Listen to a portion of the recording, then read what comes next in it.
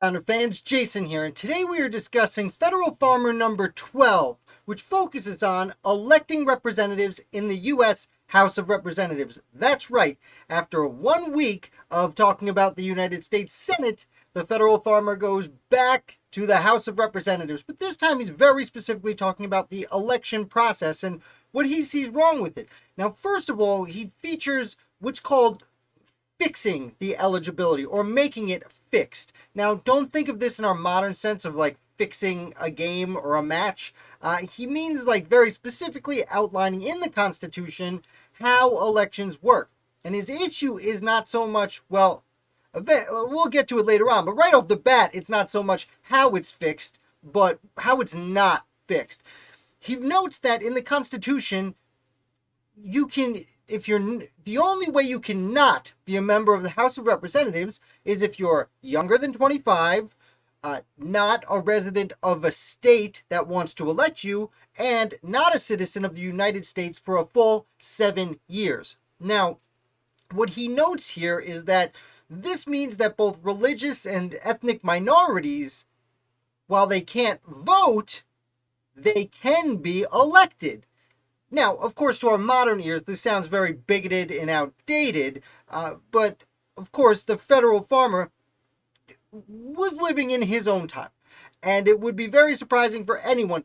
He's not even arguing against it as if it's a bad idea, though the undertones are implied. It's more of a like, do you see what you've done here? How he literally says, quote, many men may be elected who cannot be electors. So whether or not you approve or disapprove of certain religious or ethnic minorities being allowed to be elected, which of course today we do, the point is, why are you letting people be elected that can't even vote for themselves?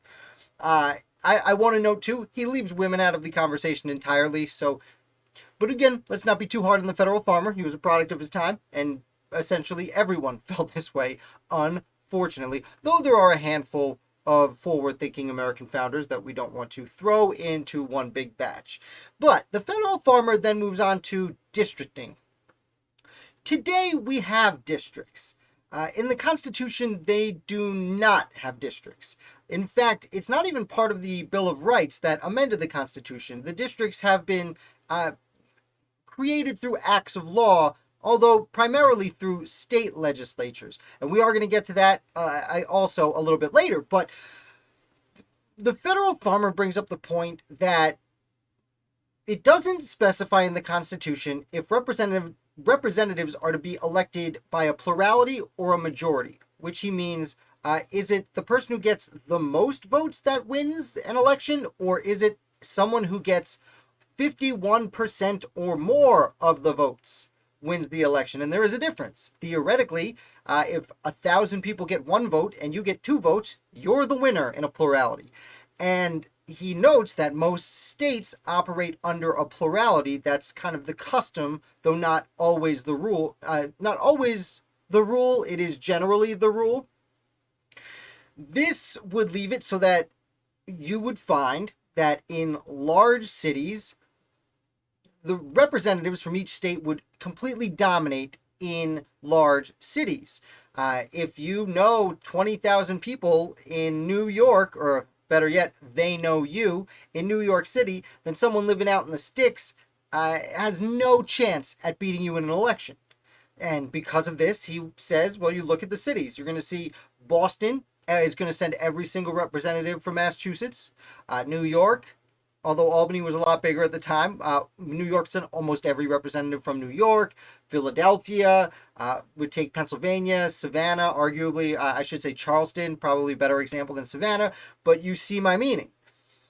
Why don't we just create districts? That's the federal farmer's answer. Shouldn't there be districts where you have to vote for someone who lives close to you to be your representative in the democratical House of Representatives, as they called it at the time? Or, as the federal farmer always likes to say, you could just make more seats in the House of Representatives. That would make it more representative, though he doesn't linger on that because he's discussed this, as we've discussed, in several previous federal farmer papers.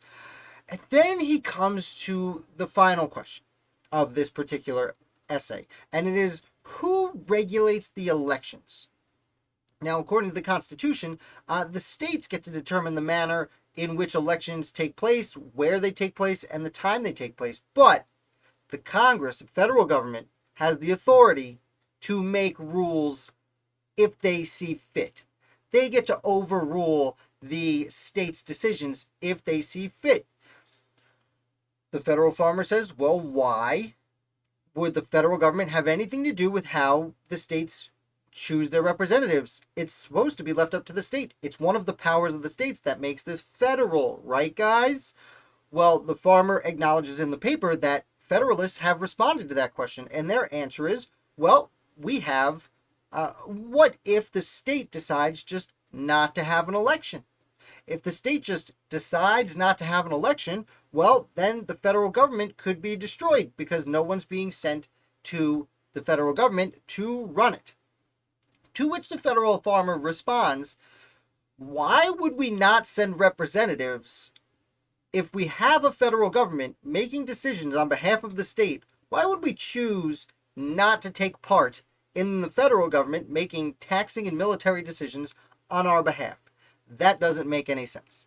Of course, a Federalist could probably respond, well, to overthrow that government, but he doesn't take it quite that far. But what the farmer does continue to do, and what he basically ends on here, is he says how this disagreement in the Constitution between who actually gets to decide on elections, it'll basically lead to a tug of war between the state and the federal government when it comes to deciding elections and who and where and when the elections take place.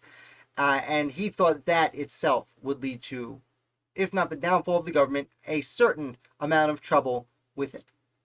So that is a summary of Federal Farmer number 12. I hope you enjoyed this video. If you did, throw me a like. That's the best thing you can do for this channel. We can get more people learning along with us. If you're new here, hit subscribe. I put out videos like this 7 days a week, plus a bunch of live videos. We play trivia on Fridays. It's a lot of fun, and I look forward to seeing you there. But I'll be back with another founder for you tomorrow.